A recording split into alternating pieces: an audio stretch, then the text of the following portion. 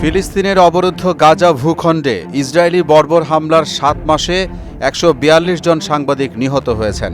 এছাড়া ইসরায়েলের বিভিন্ন কারাগারে বন্দী আছেন আরও অন্তত 20 জন সাংবাদিক। 3 মে বিশ্ব মুক্ত গণমাধ্যম দিবস। এই দিবসকে সামনে রেখে যুদ্ধের সংবাদ সংগ্রহে নিয়োজিত সাংবাদিকদের নিরাপত্তার দাবি করে শুক্রবার একটি বিবৃতি জারি করেছে গাজার মিডিয়া দপ্তর।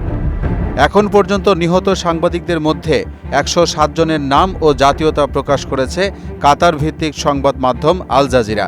সেই তালিকায় অন্তর্ভুক্ত সাংবাদিকদের মধ্যে 100 জন ফিলিস্তিনি, 3 জন লেবানিজ এবং 4 জন ইসরায়েলি।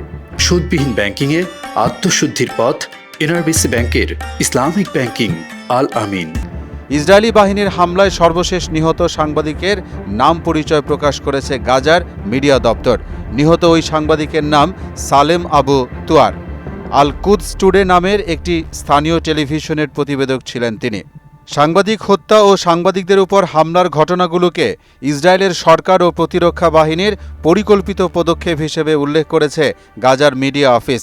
গাজায় সামরিক অভিযানের নামে পরিকল্পনার অংশ হিসেবে সাংবাদিকদেরও হত্যা করছে ইসরায়েল। ফলে সাংবাদিকদের উপর হামলা বন্ধে আন্তর্জাতিক সম্প্রদায়কে এগিয়ে আসার আহ্বানও জানিয়েছে গাজার সরকারি মিডিয়া দপ্তর। গেল বছরের অক্টোবর থেকে গাজায় অবৈধ দখলদার ইসরায়েল বাহিনীর নিষ্ঠুর হামলায় এখন পর্যন্ত উপত্যকাটিতে নিহতের সংখ্যা দাঁড়িয়েছে 34,600 জনে। হামলায় আহত হয়েছেন আরও 77,000-এরও বেশি ফিলিস্তিনি। 2 মে এক প্রতিবেদনে এই তথ্য জানিয়েছে বার্তা সংস্থা আনাদোলু। মোহাম্মদ আলিউল্লাহ, মোহনা ডিজিটাল।